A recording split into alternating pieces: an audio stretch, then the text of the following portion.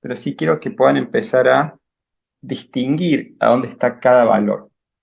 Quiero que empiecen a entrenar el ojo para pensar en términos de valores y que puedan ir encontrando dónde está el 1, dónde está el 2, dónde está el 3. No tanto que se preocupen porque queden bien fundidos, que eso obviamente también va a ser un objetivo.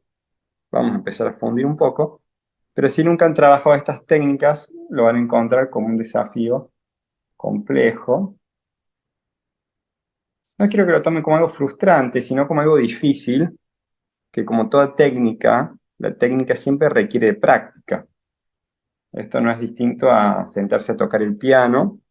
Yo no puedo pensar que si me siento a tocar el piano por primera vez y voy a reproducir una obra de Chopin, que sería un maestro como Ingres puede ser al modelado. Bueno, tampoco quiero tener la ingenuidad de pensar que me va a salir porque no soy un genio nato de la música. Entonces, estamos copiando un gran maestro para tener mayor incentivo, pero por supuesto que los ejercicios técnicos que hay que hacer, para eso son un poco más aburridos. Si fuera el piano es tocar escalas, y si es pintar, bueno, es practicar modelados simples, volúmenes geométricos simples, formas un poco menos complejas, pero vamos a tratar igual de hoy de ir copiando a Ingres y que Ingres nos enseñe un poco su forma de sintetizar el volumen, su mirada desde el dibujo, ¿no? Lo que él dice, 7 octavos modelado, que es esto que estamos haciendo. Entonces, ven que voy poniendo en zonas donde no había pintura, valor 3, o en zonas donde había valor 2, buscando que los bordes frescos queden del 2, ahora pasen a estar en valor 3.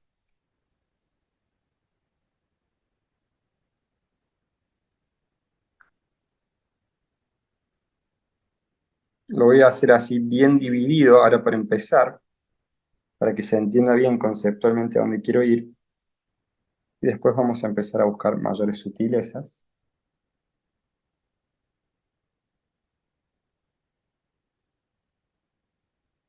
Ven que el pincel lo estoy usando de punta, con poca carga, que voy distribuyendo bien la materia con la punta, la voy desparramando.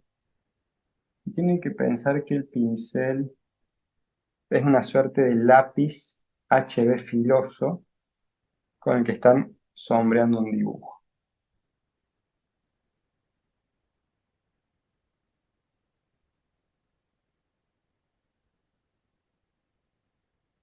Cada vez que nos quedamos sin materia, simplemente volvemos a la paleta y volvemos a cargar el pincel. No me quedo haciendo mucha presión sobre el pincel, no lo quiero romper, no lo quiero apretar, no tiene que hacer ningún ruido el pincel, no tiene que quebrarse el pelo, el pincel nunca hace esto, siempre con la punta del pincel, nunca quebrado, ni para cargar pasta, ni para limpiarlo, en ninguna circunstancia ejerzo ese tipo de presión sobre los pelitos del pincel que son delicados. Y también si logro evitar el uso de solventes, que son abrasivos, vamos a darle mucha más vida a nuestro pincel, que es un componente que siempre tiene cierto valor económico, con lo cual si podemos hacer que dure más, es también una ventaja. Yo no andar destruyendo los pinceles que no son tan baratos.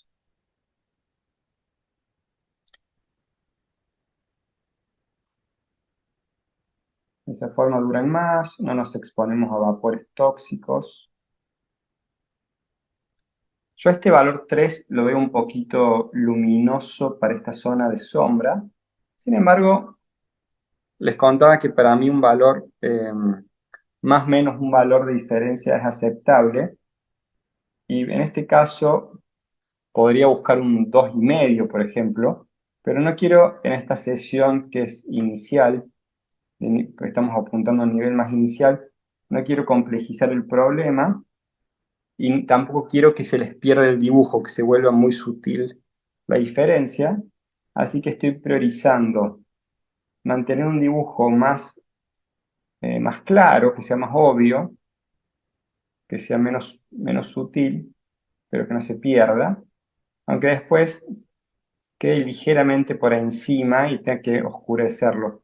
Probablemente tenga que oscurecerlo medio punto, así que de todas formas va a estar dentro de mi margen de error que me permito para una primera capa.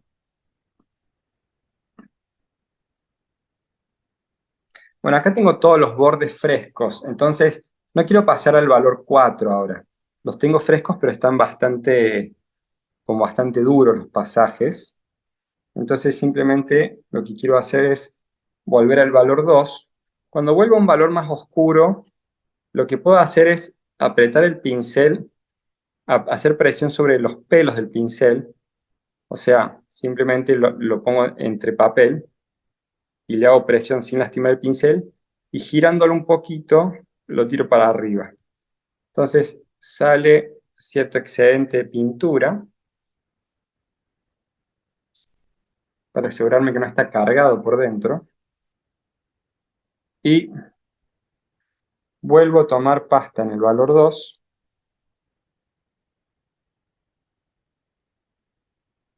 simplemente para trabajar estos bordes entre el valor 1, entre el valor 2 y el 3, ¿verdad?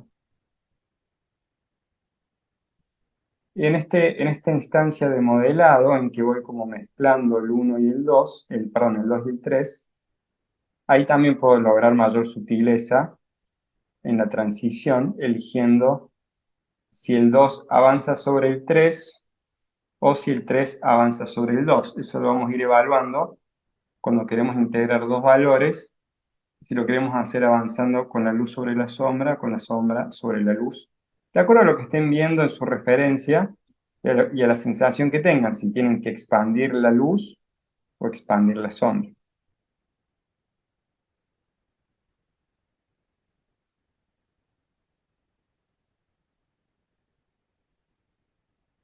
Simplemente, sin perder el dibujo, trato de que no quede tan recortado el límite donde puse el valor. Si les cuesta fundir colores al principio, no pasa nada si les queda un poquito recortado al principio. O sea, va a quedar más como una especie de mapa, ¿no? Donde cada valor parecería ser como un país con sus fronteras bien definidas. En general, tratamos de evitar esa dureza, pero vamos a priorizar por sobre todo no perder el dibujo. O sea, si por querer fundir empiezan a perder mucho el dibujo, pueden permitirse en ese caso una primera capa más dura en la interpretación, pero con un dibujo sólido. El objetivo siempre es un dibujo sólido, es decir, yo en este momento acá tengo un dibujo y nada más que un dibujo. Si le agrego pintura, quiero tener el dibujo más los valores de la pintura. No quiero tener pintura, pero no dibujo, o sea, no es que reemplazo. Siempre tengo que sumar. O sea que todo lo que yo tengo acá no se puede perder. La pintura que va a interpretar este dibujo puede ser tan fundida como de mi destreza técnica, pero bajo ningún punto de vista quiero perder esto.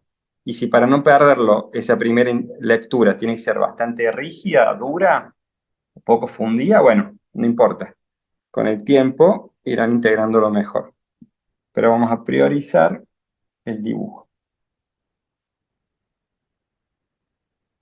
Acá voy a ir integrando un poquito, entonces desde el valor 2 hacia el valor 3.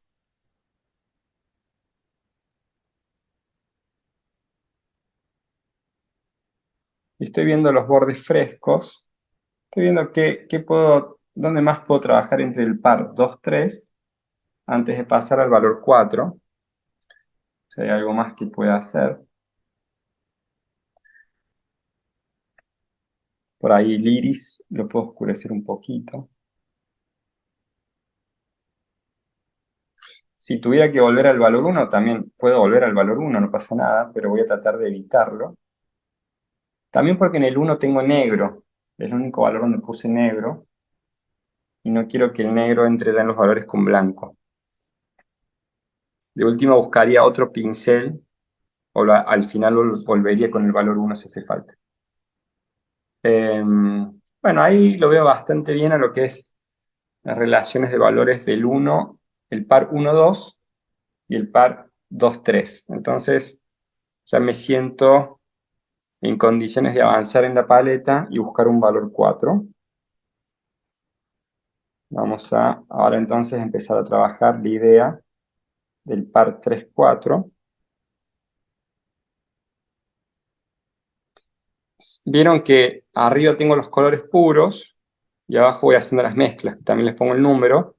Aquí está el 3, aquí está el 4, este el 2, el 1. Siempre uno abajo del otro. Pero no comprometo a mi color original para después, si necesito 4 puros, saber que no se mezcló.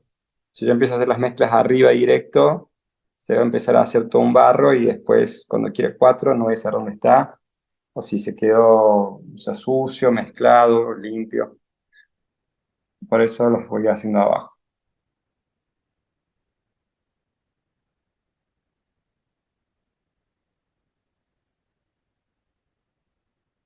Bueno, ahora el procedimiento, digamos, técnicamente hablando, vamos a repetir esta lógica valor por valor hasta terminar de recorrer la escala.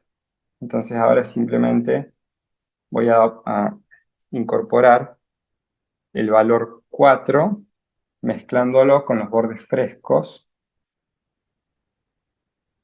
del valor 3.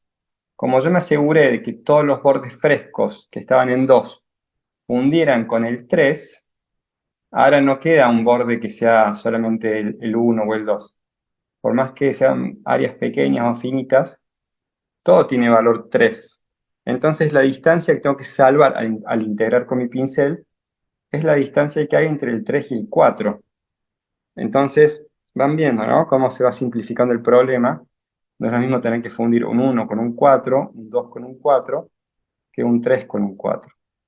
Y de esa forma, yo les contaba que voy siempre tomando un problema complejo y lo voy dividiendo en problemas muy sencillos. Esa misma lógica, como una especie de lógica fordiana de división del trabajo, la hice cuando primero hice el dibujo en una instancia aparte, después mezclé los colores en una instancia aparte, y ahora voy fundiendo, dividiendo el problema complejo en problemas más sencillos.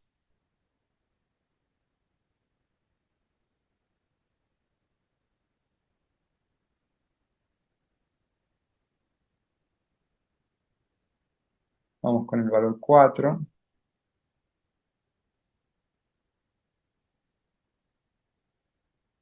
Y voy tratando de que todos los bordes vayan quedando en valor 4. Salvo que haya un giro muy abrupto, un corte como el del pelo, por ejemplo, pero que no tiene transición, no tiene pasaje, ¿no? Que simplemente, en ese caso, es una superposición de un elemento más oscuro sobre un elemento más claro. No es algo que es un mismo elemento que por ir girando y entrando en sombras se modifica su valor.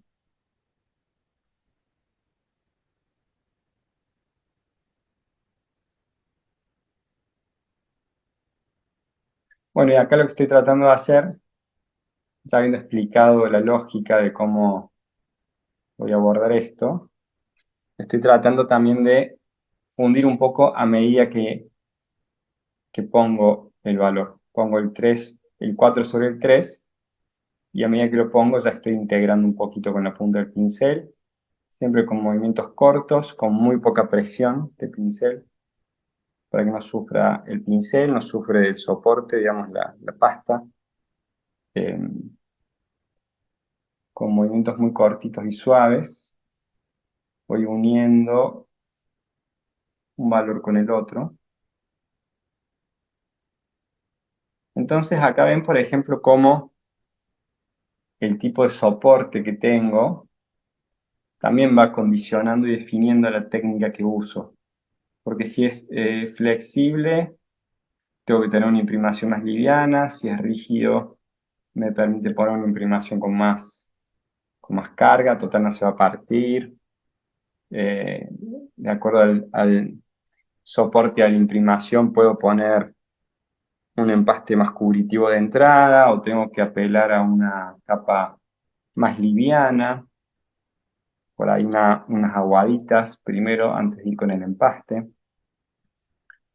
Si tengo una imprimación plástica repelente y le pongo mucha carga, no voy a generar una adhesión muy fuerte y voy a tener por ahí un problema técnico de que la pintura no quede bien agarrada.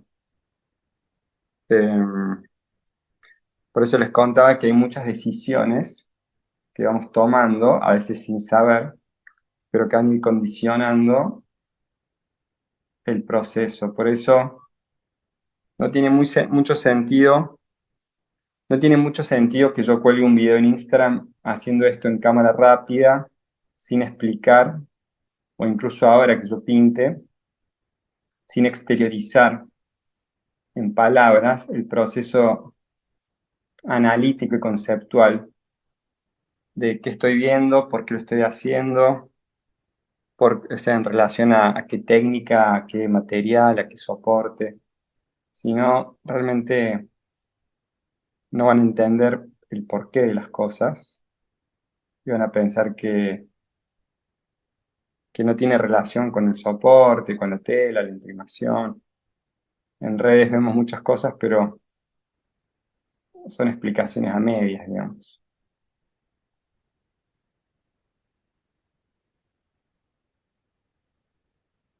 Es importante que si tienen un maestro, si toman una clase, que se entienda por qué, cuál es la elección particular de los materiales desde el momento inicial y qué impacto van a tener en el abordaje técnico.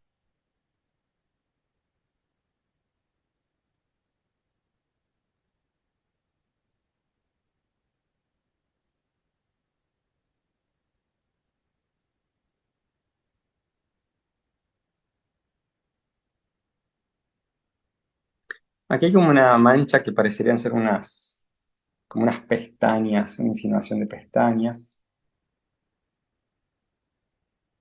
Acá hay un volumen que va girando el párpado superior, que va acompañando un volumen como esférico. Sabemos que para que gire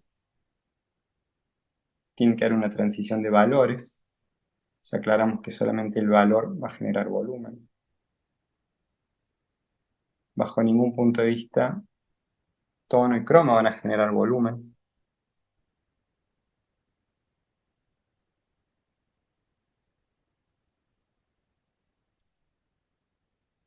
Bueno, y no es que no pueda ir volviendo a los otros valores. Podemos hacer un zoom más grande, a ver si lo puedo acercar más.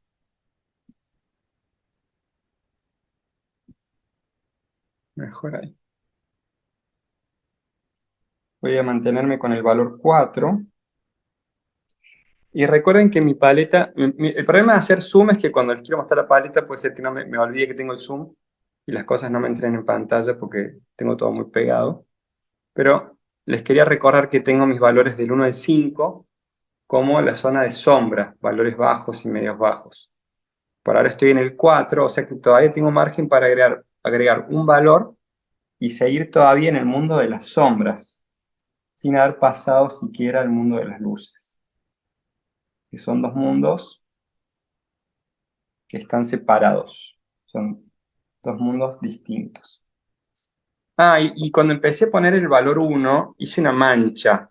Esa mancha se las quiero mostrar. Esa mancha la hice acá. Y lo que les quiero mostrar la hice por este motivo. Si yo ahora le paso el dedo, ¿ven que la forma de la mancha no cambia? Lo estuve frotando con presión, escuchen. Ven que mi dedo se mancha, o sea, la pintura está fresca, pero la forma de la mancha no cambió. Ven que puedo sacar pintura, o sea, eso quiere decir que se va a fundir si yo lo quiero fundir con otro valor. Está fresca, sin embargo, la forma no se mueve. Entonces, eso quiere decir que es un soporte con anclaje. Eso es justamente el concepto de anclaje. Bueno, y pasaron apenas unos minutos desde que empezamos, pero ven que ya está bastante agarrada la pasta. Y para mañana va a estar totalmente seco. Pero saben que está seco por diversos motivos. Porque la capa de empaste es fina, porque el color es un tierra, porque el medio tiene liquid, pero muy poco, eso casi que no estoy usando. Y finalmente, porque la imprimación, esto es un punto muy importante, es muy absorbente.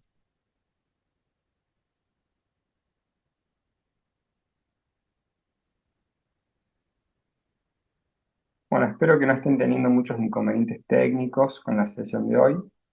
Siempre hay gente que por ahí tiene un problema con la pantalla, con el micrófono, la conexión. Sepan que después las clases van a estar colgadas, así que van a poder revisar. Pueden estar pintando a la par o pueden observar y tratar de reproducir esto después.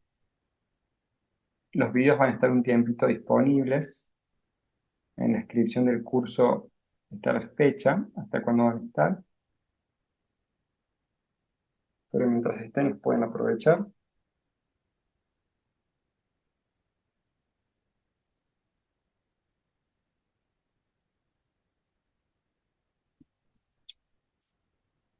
Te voy a tratar de incorporar un poquito los valores 4 y 3 en esta primera pasada, que no estoy buscando sutileza, pero sí distribución de valores generales.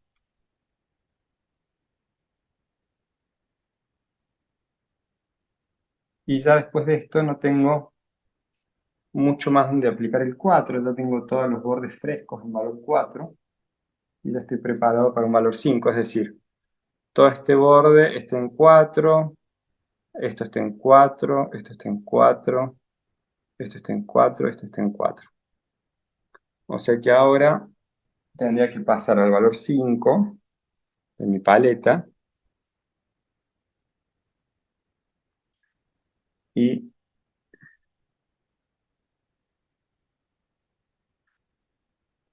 este sería el último valor de mis sombras, que ya es un valor medio alto, o sea, no es un valor que lo vean como una oscuridad, se ve totalmente como un valor intermedio, pero es, digamos, el último de las sombras, la sombra más luminosa que me puede dar mi paleta.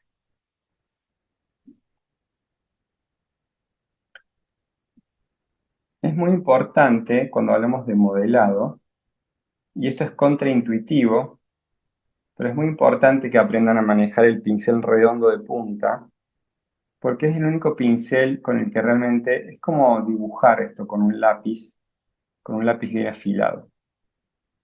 Y si quieren dominar la construcción de un volumen, de una ilusión de un volumen en el plano, tienen que poder acomodar, o sea, el éxito o fracaso de este ejercicio va a estar dado estrictamente porque podamos acomodar en su lugar correcto esta, esta transición sucesiva de valores que van de la luz a la sombra.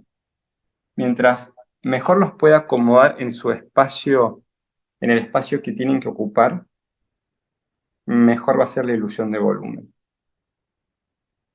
Y a medida que no les pueda dar su lugar correcto, no va a generarse la ilusión de volumen. Y en el medio tenemos un montón de grises como un volumen que insinuado pero no tan bien logrado, o con algunas zonas poco claras que nos giran. Entonces, la forma de poder hacerlo es primero dominando pinceles pequeños, en donde ustedes puedan realmente decidir cómo comprime y expande cada valor, o sea, cuál es el dibujo de cada valor. Acá lo que estamos viendo o haciendo es decidir cuál es el dibujo de cada valor. Yo me pregunto, para el valor 5 que estoy poniendo en este momento, ¿qué espacio ocupa? ¿Cuál es su dibujo? O sea, Por ejemplo, acá en esta zona, el valor 5 va bajando con una forma de una curva hacia la izquierda, va girando en curva y se mantiene un poquito comprimido, no ocupa más de medio centímetro, por decirlo, ¿no? Entonces acá viene girando, voy a ir subiendo en curva, pero me voy a mantener en un espacio comprimido. Acá de repente se expande, ocupa un espacio más grande. Acá se vuelve a comprimir un poquito y baja de forma más vertical, con una ligera curva hacia la izquierda a medida que bajo, siguiendo la fórmula del hueso del pómulo. Entonces acá voy a ir insinuando una forma como ovalada. Va a haber finalmente una luz con una forma un poco ovalada así curva, que va a ser la luz que genera el hueso del pómulo. Entonces no estoy haciendo ni más ni menos que analizar cuál es el dibujo del valor 5. En este caso, por ejemplo, voy a ir viendo que el valor 5 encuentra su límite arriba en este pliegue, en esta arruga, y abajo en la línea de las pestañas.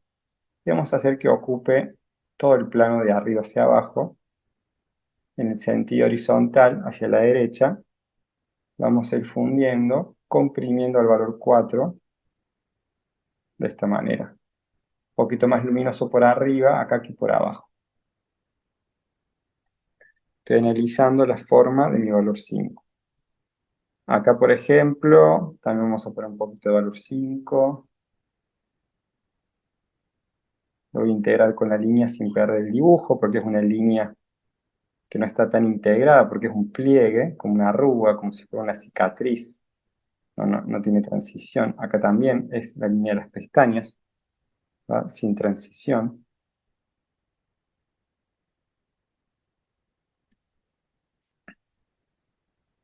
Acá, por ejemplo, es esta zona de penumbra,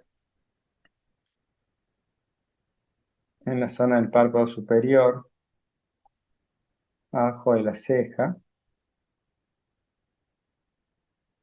Y vamos a hacer como una especie de luz un poquito ovalada, un poquito redondeada en esta zona, que gira acá hacia la derecha, bajando un poco con este dibujo, como con una puntita, un triangulito en curva que baja por acá. Vamos a ir encontrando el dibujo de cada valor. Y hasta que no puedan adiestrar el ojo para entender, o sea, ahora necesitamos una herramienta que sea sutil, que sea fina, que les ayude a leer en espacios tan reducidos y a buscar el dibujo de los valores. Una vez que ustedes puedan entender cómo funciona cada valor, cuál es su dibujo, cómo se comprimen y expanden estos valores en el espacio, van a estar en condiciones de pasar a pinceles más grandes, de repente un lengua de gato, que se puede usar como redondo, pero también como chato, de acuerdo a cómo lo usen. Pero mientras tengan dificultades para leer cómo comprime y expande un valor en el espacio, es recomendable que achiquen la herramienta para que la herramienta no sea un problema, sino que sea parte de la solución.